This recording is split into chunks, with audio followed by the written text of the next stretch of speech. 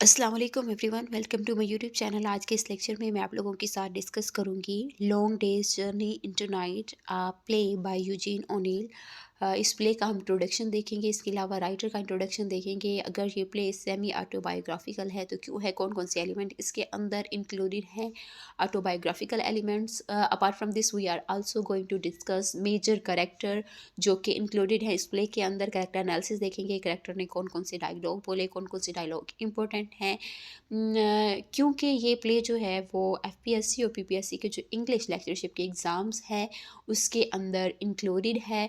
तो और इस प्ले से जो क्वेश्चन आते हैं एग्जामिनेशन पॉइंट ऑफ व्यू से, वो आते हैं मोस्टली करेक्टर से।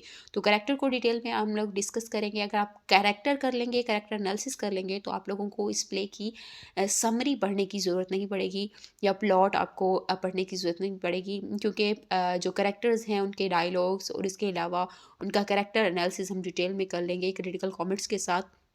तो एग्जामिनेशन पॉइंट ऑफ व्यू से ये प्ले जो है वो कम्प्लीटली जो है प्रिपेयर हो जाएगा हमारा। तो चलिए हम स्टार्ट करते हैं। सबसे पहले कि कौन कौन से करेक्टर होंगे इस प्ले के अंदर। James Tyrone, Mary Tyrone, Jimmy Tyrone, Edmund Tyrone, और इसके अलावा लास्ट जो माइनर करेक्टर है वो कैथलीन का करेक्टर है, एक मेड का करेक्टर।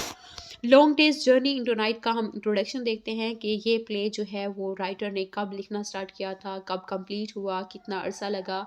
उसके साथ ही साथ ये प्ले जो है वो पब्लिश कब हुआ था। In the summer of 1939, O'Neill had begun writing Long Day's Journey into Night. Summer 1939 में ओनील ने ये प्ले लिखना स्टार्ट किया था, which was to prove O'Neill's masterpiece, जो कि ओनील का मास्टरपीस कंसीडर किया जाता है। He was spiritually, mentally, and physically tormented man during the 2 years it took him to write this play by the end of 1940। ठीक है। तो क्योंकि वो फिज़िकली फिट नहीं था, मेंटली, फिज़िकली और स्पिरिचुअली टॉर्मेंटेड था, इसी वजह से उसे 2 साल लगे ये प्ले लिखने में। और ये प्ले उसने लिखा by the end of 1940। O'Neill had finish the play, expect for some final publishing, ताकि इसकी फाइनल पब्लिशिंग हो सके। तो 1939 में लिखना स्टार्ट किया था और 1940 तक जो है वो ऑलमोस्ट लिख चुका था इस प्ले को। This work of O'Neill was published after the death of writer. Writer की डेथ के बाद ये वर्क जो था वो पब्लिश किया गया था। राइटर की डेथ हुई थी 1953 में, और ये प्ले जो है just after 3 years of his death ये प्ले पब्लिश हुआ था 1956 में। He was died in 1953 and this play was published in 1956। This work is the semi autobiography of O'Neill. Semi मतलब हाफ एलिमेंट्स जो है इस प्ले के अंदर वो ओनील की जो है वो लाइफ स्टोरी से मैच करते हैं। He is the modern American dramatist है। His full name is Eugene Gladstone O'Neill and was born on October 16 October 1888 में ये Broadway hotel a room in New York में पैदा हुआ था। His father, James O'Neill, was one of the most renowned actors of American theatre। तो इसके father का नाम था जेम्स ओनील, जो कि एक बड़ा ही ज़बरदस्त एक्टर था अमेरिकन थिएटर के अंदर। हिज मदर नेम वाज एला क्विनलिन। इसकी माँ का नाम एला क्विनलिन था, जो कि एक स्ट्राइकिंगली ब्यूटीफुल वुमन थी, जो जिसने काफ़ी अच्छी ज़िंदगी गुजारी थी। Both Ella and James came from Irish Catholic families that had immigrated to America। ये आयरिश कैथोलिक फैमिली से बिलोंग करते थे, आयरलैंड से, और इन्होंने माइग्रेट किया था अमेरिका तक। However, temperamentally they were poles apart। James और जो एला क्विलिन था, इन दोनों का टेम्परामेंट एक दूसरे से मुख्तलिफ था। एला जो थी वो कल्चर्ड थी, एजुकेटेड थी, लीन थी towards mistake view of life, मतलब जैसे सूफिया कराम रहते हैं, सूफ़ी रहते हैं, औलिया रहते हैं, वैसे जैसे हम क्रिश्चियन रिलीजन के अंदर देख लें तो सेंट्स और नन्स वगैरह जैसे रहते हैं। Was reserved, romantic, and she was also innocent. James on the other hand had no formal schooling. वो पढ़ा लिखा नहीं था, बट वॉज ग्रीगेरियस, मटीरियलिस्टिक था, चार्मिंग भी था, और यूनिवर्सली लव्ड किया जाता था उसे, as he was a famous American actor. On November 12, 1939, O'Neill was awarded the Nobel Prize for Literature। तो यहाँ पर क्वेश्चन आ सकता है कि ओनील को नोबेल प्राइज़ इन लिटरेचर कब मिला था। वो मिला था नवंबर 12, 1936 में। And in his Nobel prize acceptance speech he declared, अपने जो जब उसने नोबेल प्राइज़ जो है वो एक्सेप्ट किया था, उसने वहाँ पर एक स्पीच डिलीवर की थी। वो स्पीच यहाँ पर दी गई है कि उस स्पीच में उसने क्या कहा था। उसने कहा था, I feel so deeply that it is only my work. वो कहता है कि मुझे खुशी है कि ये मेरा वर्क है, बट विच इज़ बीइंग, जिसको इतनी इज्जत दी गई, but also the work of all my colleagues in America. वो कहता है ये मेरा नहीं है बल्कि अमेरिका के अंदर जितने भी कोलीग्स हैं उनका भी ये वर्क है। That Nobel prize is a symbol of coming of age of America, क्योंकि नोबेल प्राइज़ जो है वो अमेरिका की नेक्स्ट जनरेशन को सिम्बलाइज करता है। During the last days of life he gave expression to his life long feelings of homelessness and alienation. अब इस प्ले के अंदर, क्योंकि अपने ज़िंदगी के आखिरी पीरियड के दौरान उसने ये प्ले लिखा था, अपनी लाइफ के तकरीबन मरने से 3 साल कबल, उस वक़्त उसने इस प्ले के अंदर फ़ील किया है कि कैसे उसने होमलेसनेस फ़ील किया, क्योंकि वो एक होटल के अंदर पैदा हुआ, उसकी डेथ भी एक होटल के अंदर हुई। उसे एलिनेशन का जो है थीम उसने यूज़ किया है इस प्ले के अंदर। He was born in a hotel and god damn it died in a hotel room and he died on November 27, 1953। इसके मेजर वर्क्स जो हैं वो हमारे पास कौन कौन से हैं? अकल, full spectrum, a wife for a life, the web, the warning, folks, sniper, mourning becomes Electra जो है वो इसके जो है एक सिग्निफिकेंट वर्क में कंसीडर किया जाता है। उसके बाद हम देखते हैं कि जो हमारे पास long day's journey into night है वो तो एक मास्टरपीस है ही। इसके अंदर सबसे पहला जो इम्पोर्टेंट कैरेक्टर है दैट इज़ जेम्स टायरोन का कैरेक्टर है। तो सबसे पहले हम डिस्कस करेंगे कि जेम्स जो था वो कौन था, उसकी एज क्या है, सारी करेक्टरिस्टिक्स हम देखते जाएंगे साथ ही साथ। और इस कैरेक्टर के थ्रू जो क्वेश्चंस आते हैं वो भी हम देखेंगे कि किस तरह के क्वेश्चन आ सकते हैं। और इस करेक्टर ने जो डायलॉग बोले हैं वो भी मैंने मेंशन किए हैं इसके अंदर। The husband of Mary and the father of Jimmy and Edmund. तो यहाँ पर एक दो करेक्टर और हैं, जिमी एंड एडमंड। जिमी जो है वो बड़ा भाई है, एडमंड छोटा भाई है। और जो जेम्स टायरोन है वो एडमंड और जिमी का फादर और मैरी टायरोन का हस्बैंड है। He was once a famous actor who toured the US with his wife. ये एक दफ़ा एक बहुत ही फेमस एक्टर हुआ करता था और इसने अपनी वाइफ के साथ पूरे यूएस को जो है वो विज़िट किया था। Because his Irish father abandon him at the age of 10। अब यहाँ पर जो जेम्स टायरोन है उसका जो फादर था, आयरिश फादर, उसने 10 साल की एज में इसे अबेंडन कर दिया था, डिसओन कर दिया था। मतलब उसने कहा था कि ये मेरा बेटा नहीं है। इसका मतलब 10 साल की उम्र में उसके फादर ने इसकी मदर को छोड़ दिया। इनकी इसके फादर और मदर की सेपरेशन होगी, वो अलहदा हो गए।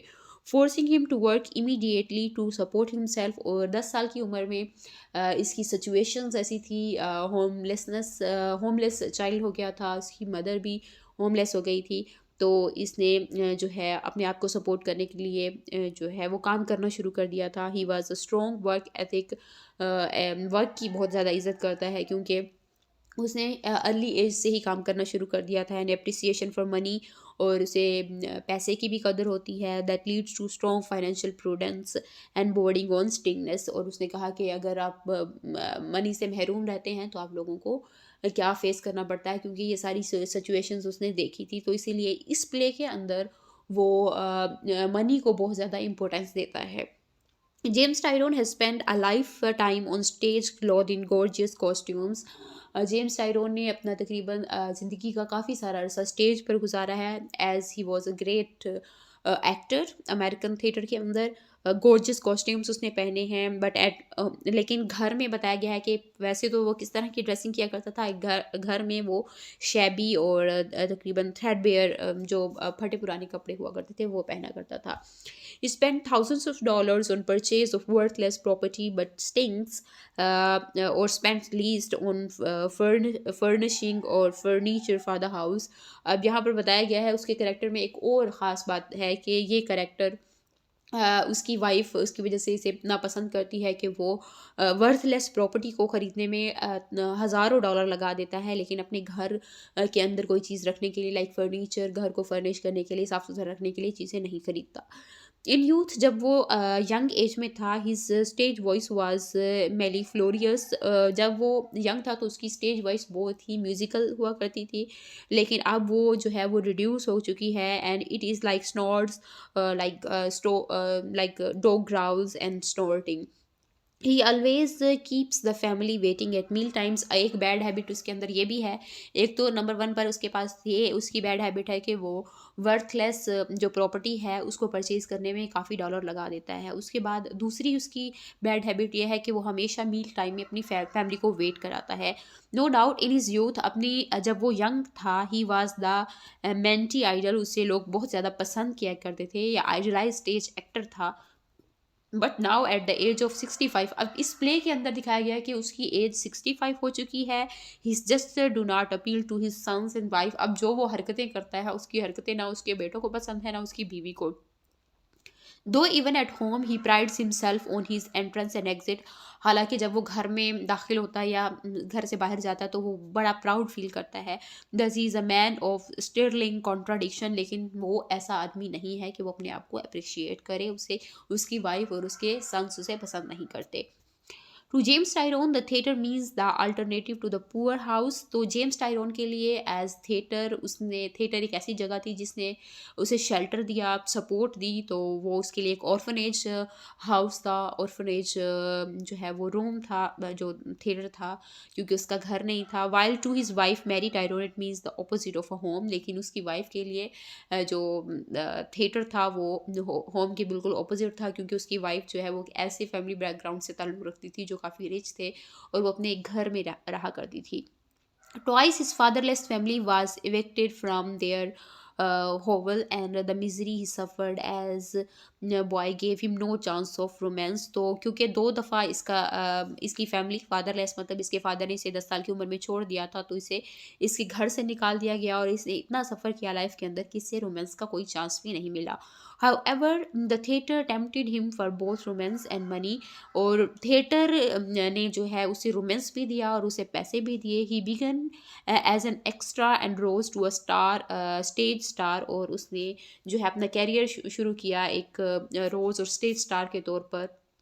Tyrone behavior with money is paradoxical। in the bar room he is मतलब दो उसकी करेक्टरिस्टिक्स बन जाती हैं जब पैसे उसके पास आते हैं। नंबर वन पर तो वो ये है कि जब वो बार रूम में या पब में होता है तो ही इज़ रैक, वो बहुत ज़्यादा पैसे ज़ाया करता है। Whereas at the home he keeps his whisky padlocked in the cellar. तो घर में वो अपनी विस्की छुपा कर रखता है एक तहखाने के अंदर। He has loan money to dead beats who would never pay it back. उसने ऐसे लोगों को अपने पैसे कर्जे के तौर पर दिए हुए हैं जो उसे कभी भी वापस नहीं करेंगे। But he also more generous with his sons. अपने बेटों के साथ बड़ा ज़खिया, मतलब कम पैसे यूज़ करता है। Because he has been influential in getting them the few irregular jobs that they have held. क्योंकि उनके सामने वो एक बड़ा इन्फ्लुएंशियल करेक्टर है, क्योंकि उसने अपने बेटों को कुछ ऐसी इरेगुलर जॉब्स दिलाई हुई हैं जिस पर वो अभी भी काम कर रही हैं। इवन पेज फॉर कुक, वो कुक को भी पैसे पे करता है जिसका नाम ब्रिजिड है। एक मेड है जिसका नाम कैथलीन है, एंड अ शोफर जिसका नाम स्मिथ है, to ease Mary's days. Mary की जो है उसको ईज करने के लिए, उसे कंफर्ट करने के लिए एक शोफर, एक ड्राइवर भी उसने रखा हुआ है। उसकी गाड़ी की भी कंडीशन इसमें बताई गई है कि एक हटारा उसकी गाड़ी होती है, वो सेकंड हैंड गाड़ी खरीद कर अपनी वाइफ को जो है वो गिफ्ट करता है। दो ही पेज चीप वेजेस, हालांकि वो पैसे कम पे करता है, मेक सेकंड हैंड बारगेन्स, और वो सेकंड हैंड चीज़ें खरीदता है, and purchase cheap cigars, and he is not a complete skinflint. और एक मतलब देखा जाए तो वो पूरा कंजूस नहीं है, कुछ चीज़ें खरीदता भी है लेकिन सेकंड हैंड चीज़ें खरीदता है। When James Tyrone expect the worst, he is miser। जब जेम्स टायरोन जो है, अगर हम देखा जाए कि वो वर्स्ट है, अच्छा कैरेक्टर नहीं है, तो क्योंकि वो एक कंजूस है। And when he expect the best he is a gambler. और जब हम कहते हैं कि वो बड़ा बेस्ट है, उसके पास पैसे हैं, तो वो गैम्बलिंग करता है। ठीक है।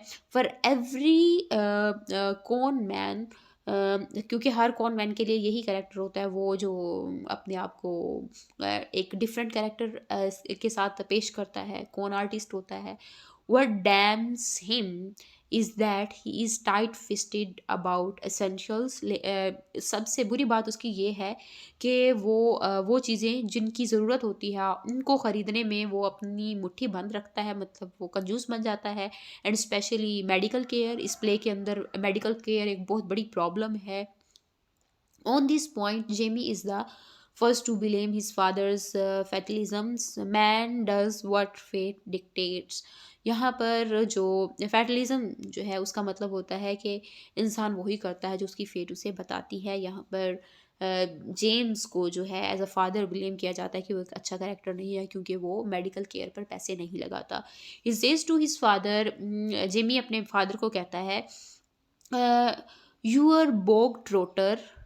वो बोग ट्रोटर उसे कहता है कि तुम Irish peasant, is that consumption is fatal. आपको मतलब आपकी बुरी बात ये है कि आप ये कहते हो कि कंजम्पशन जो है वो फैटल है।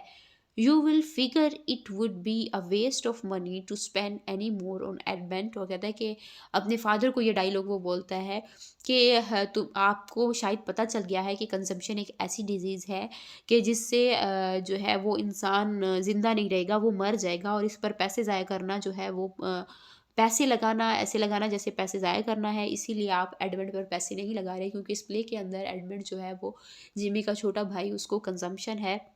और वो जो है डॉक्टर हार्डी के पास उसे लेकर जाता है इसका फादर, जो कि एक सिंपल क्वैक है, विलेज क्वैक है। लाइक उसे छोटा मोटा जो डॉक्टर होता है वो है। एक कंप्लीट डॉक्टर या हम कहते हैं जिसके पास डिग्री है वो डॉक्टर नहीं होता। और तो उसका अपने फादर को कंटेम्प्ट करता है इस बात पर कि आप जो है वो आप जिस चीज़ों पर पैसे लगाने चाहिए उन चीज़ों पर आप पैसे नहीं लगाते। Edmund in act number 4 accuses his father to sending him to a bargain sanatorium called by him state farm, believing that he Edmund cannot escape death। तो एडमंड भी अपने फादर को अक्यूज़ करता है एक्ट नंबर 4 के अंदर। वो कहता है कि आप मुझे जो है वो एक सेनेटोरियम, एक हॉस्पिटल के लेकर जाते हैं स्टेट फार्म के अंदर, मतलब आप गांव के हॉस्पिटल के अंदर लेके जाते हैं क्योंकि आप बिलीव कर चुके हैं कि मैं डेथ को एस्केप नहीं कर सकता, डेथ से फरार नहीं हो सकता, मैं मर जाऊंगा। James Tyrone himself admit his fatalism. वो भी अपने फेटलिज्म को एक्सेप्ट करता है कि वो कहता है कि अगर एक दिन मरना है तो मर ही जाना है, तो फिर दवाई लेने की क्या ज़रूरत, ठीक है इंसान मर ही तो जाएगा। When he fails to cure Mary's addiction and says, क्योंकि इस प्ले के अंदर मैरी जो उसकी वाइफ है वो जो है वो एडिक्ट है, अल्कोहलिक है, ठीक है। और वो अपने आप के बारे में भी कहता है कि मैं अपनी वाइफ मैरी को क्योर नहीं कर सका। और वो कहता है, यहाँ पर इसका फेमस डायलॉग है, वो कहता है, I have spend thousands upon thousands in cures. मैंने इसका मतलब इलाज कराने के लिए जो है वो हज़ारों पैसे लगा दिए हैं और वो पैसे जो हैं वो उसने कहा कि आप वेस्ट, वो ज़ाया हुए। He is hiring of a cheap hotel doctor to attend Mary during admit birth is but another stitch in this design. उसने कहा कि मैंने एक चीफ डॉक्टर को जब एडमिट की बर्थ होने वाली थी तो उसके उस वक्त जो लेबर पेन जो हो रही थी बहुत ज़्यादा मैरी को, तो उस वक्त उसने डॉक्टर ने उसको रिलीव कराने के लिए उसे जो है वो एक कह सकते हैं अल्कोहल टाइप या विस्की टाइप कोई चीज़ पिला दी थी जिसकी वजह से वो बेहोश हो गई थी। और जिसकी वजह से जो है उसकी पेन फॉर टाइम बीइंग जो है उसे पेन से रिलीफ मिल गया था। तो वो कहता है कि वो सबसे बड़ा मेरा जो है मेरी गलती थी। In Act number 4 he again denies that he is a stinking old miser।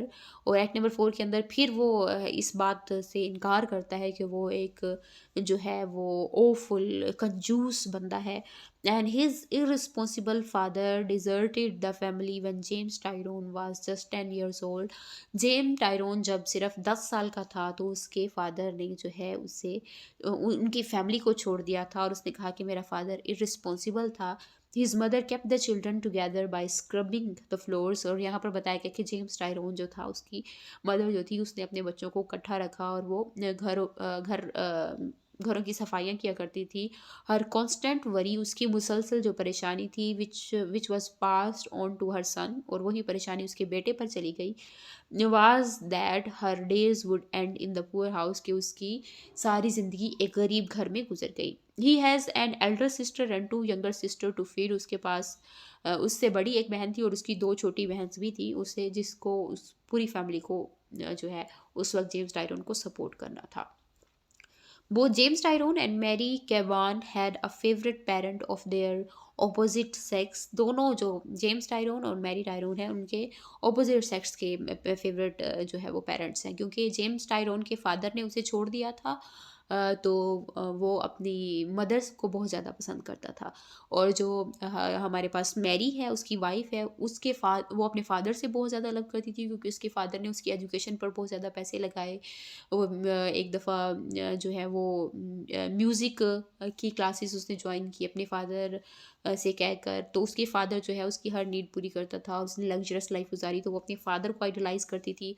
Tyrone जो था वो अपनी मदर को आइडलाइज़ करता था। तो यहाँ पर कम्प्लेक्स बताए गए हैं कि मैरी का कम्प्लेक्स क्या था और जो जेम्स था उसका कम्प्लेक्स क्या था। दोनों हस्बैंड वाइफ के जो आइडियाज़ थे या फेवरेट पेरेंट जो थे वो टोटली ऑपोजिट थे। So Tyrone idolise his mother Oedipus complex and Mary her father Electra complex. So perhaps their subsequent later disappointment in each other as marriage partners springs from the unrealistic expectations each had that the other could serve as a replacement for the favorite parent died. तो हर कोई उन दोनों की ऐसे दोनों की subsequent disappointment ये हुई कि उसकी जो मैरी थी वो चाहती थी कि जो है जेम्स वो उसकी फादर का रोल प्ले करे, और जो जेम्स था वो अपनी जो वाइफ है मैरी को वो देखता था कि वो ऐसे रोल प्ले करे फैमिली के अंदर जैसे उसकी मदर प्ले किया करती थी role. Similarly both have been frustrated in their dreams of career. तो दोनों अपने करियर के ड्रीम्स में फ्रस्ट्रेटेड थे। Mary's girlhood enthusiasm for the piano matches Tyrone's abiding constant love for Shakespeare. अब गर्लहुड में जो मैरी थी वो पियानो बहुत ज़्यादा पसंद करती थी। ऑन द अदर हैंड जो टायरोन था वो शेक्सपियर को बहुत ज़्यादा पसंद करता था। James says I would have acted in any of Shakespeare's place for nothing for Joy of being alive in his great poetry. उसने कहा कि वो ये कहता है कि मैं किसी भी शेक्सपियर के प्ले में बगैर पैसे लिए काम कर सकता हूँ, सिर्फ इस जॉय के लिए, इस खुशी के लिए कि उसके जो पोइट्री है वो मुझे ज़िंदा रखती है। Mary says I work so hard at my piano music in the convent. तो उसने कहा कि मैंने कॉन्वेंट स्कूल में अपने पियानो म्यूज़िक पर बहुत ज़्यादा काम किया था। Tyrone relationship with his wife is unemotional, emotional नहीं है वो अपनी वाइफ के साथ। Throughout the play he comforts her by kissing her face and touching her romantic hands। उसके रोमेटिक हैंड उसे डिजीज़ होती है, उसके हैंड डिजीज हो जाते हैं और वो कपकपाना शुरू कर देते हैं। He believes that her psychological instability is the reason why he did not give her a proper home. तो वो ये यकीन रखता है कि उसकी जो साइकोलॉजिकल इंस्टेबिलिटी है यही वो वजह है जिसकी वजह से मैं अपनी वाइफ को एक अच्छा घर नहीं दिला सका। Tyrone relationship with his sons is uncongenial. दोनों का के साथ जो रिलेशनशिप है वो कॉन्जिनल रिलेशनशिप नहीं है, एक स्ट्रॉन्ग और एक फैमिली रिलेशनशिप बिल्कुल नहीं है। James Tyrone robust health is commented upon on several occasions. He looks 10 years younger than his actual age of 65। मतलब कि 65 उसकी एज है लेकिन वो 10 साल उससे भी नौजवान नज़र आता है। He has enormous appetite, sleeps well, snores heavily, enjoys cigars, whiskey with few apparent ill effects। He consumes great deal of alcohol during the day में भी वो अल्कोहल बहुत ज़्यादा पीता है।